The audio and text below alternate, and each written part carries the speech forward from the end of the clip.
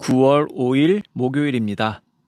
오늘 우리에게 주시는 하나님의 말씀은 출애굽기 2장 11절부터 15절까지의 말씀입니다.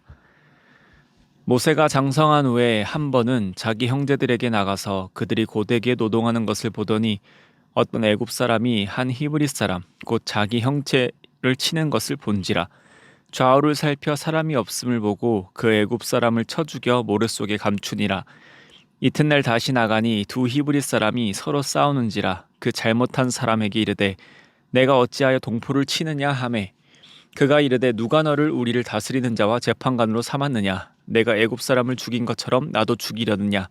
모세가 두려워하여 이르되 일이 탈로 되었도다. 바로가 이 일을 듣고 모세를 죽이고자 하여 찾는지라.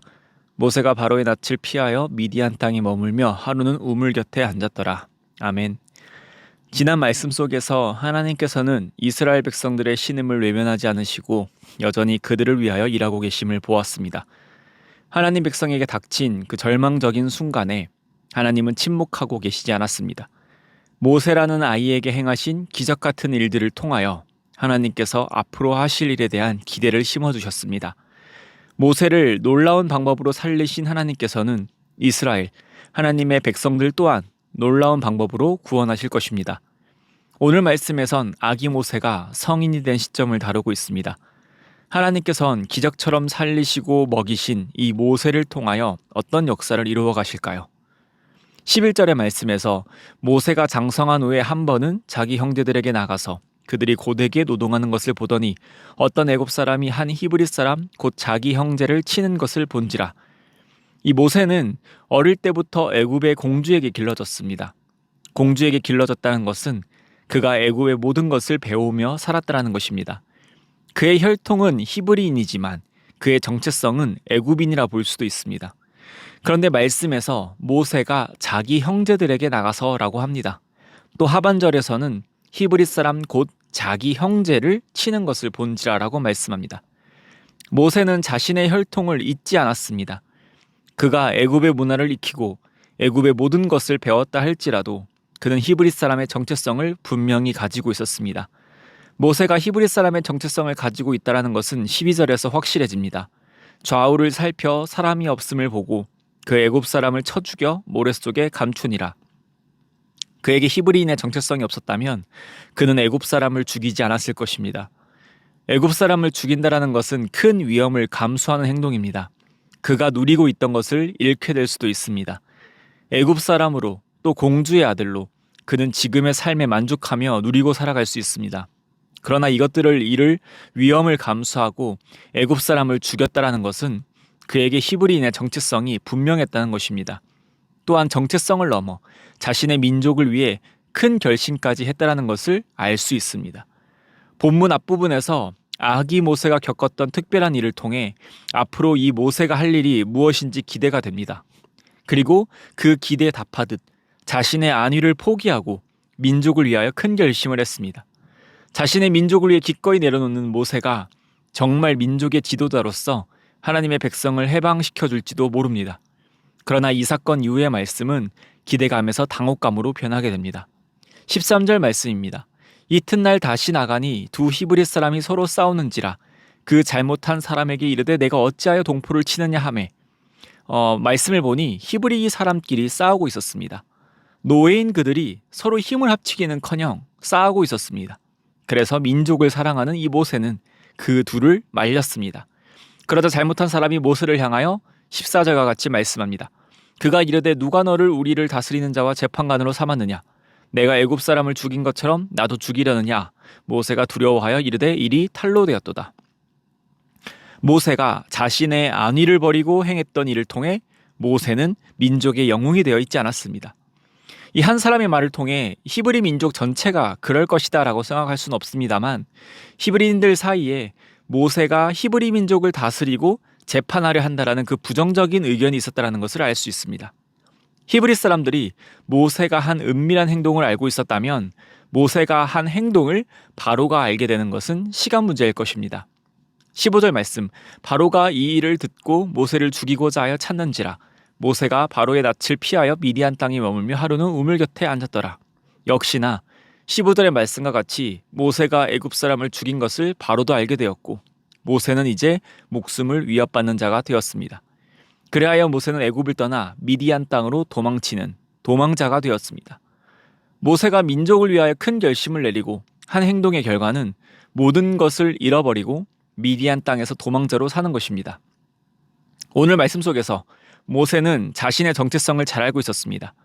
그리고 자신의 민족을 위해 애굽 사람을 향하여 스스로 정의라고 생각하는 행동을 하였습니다. 그러나 그 정의라고 하는 행동이 옳지 못하다는 것을 본인도 알고 있었습니다. 왜냐하면 이 12절의 말씀과 같이 좌우를 살펴 사람이 없는 것을 확인했기 때문입니다. 죽이고 모래에 감췄기 때문입니다. 또한 자신의 일이 발각되었을 때 두려워 도망갔기 때문입니다. 아무리 그것이 좋은 의도에서 나왔다고 한들 그는 살인을 저질렀습니다. 그것은 하나님의 방법이라기보단 모세의 개인의 판단과 선택이었습니다. 모세는 분명 민족을 위하여 큰 결심을 내리고 행동을 하였지만 그 행동이 과연 하나님의 뜻에 합당한 행동이었는지를 생각해 보게 됩니다. 옳지 못한 모세 행동으로 그는 이제 미디안에서 이방인으로 살아갑니다. 또 애굽의 도망자로의 삶을 살아가게 됩니다. 이로 인해 하나님의 계획은 실패한 것 같습니다. 모세의 삶은 그저 별 볼 일 없는 삶으로 끝나는 것 같습니다. 그러나 하나님은 결코 실수하시지 않으십니다. 하나님의 계획은 결코 실패하지 않습니다.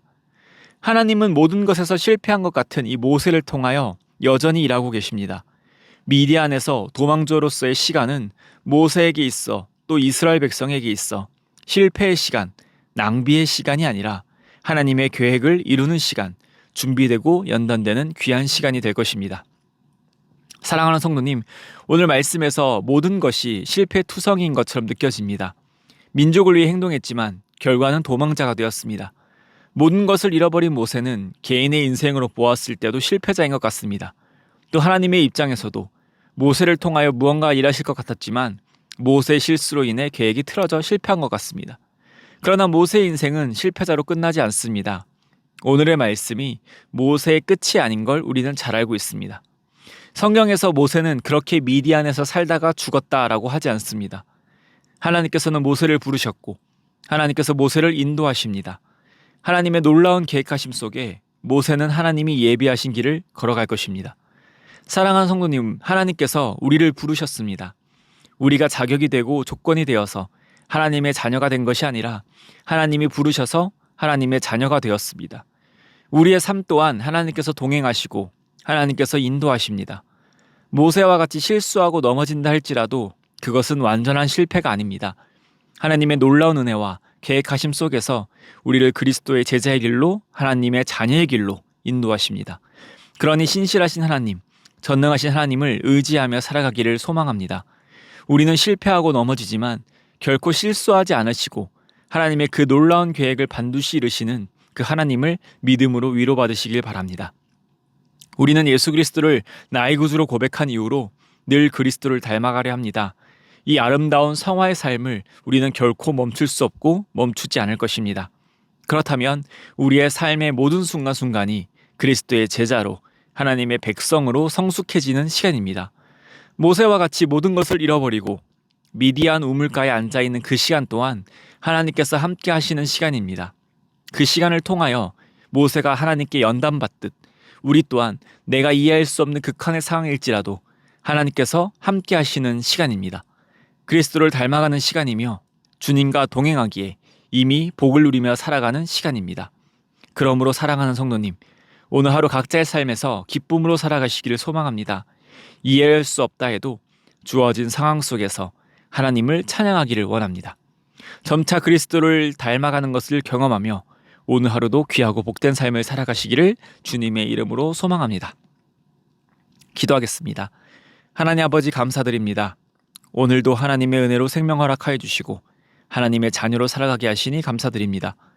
우리는 이 세상을 살아가면서 이 세상에 더 이상 소망이 없음을 알고 있습니다.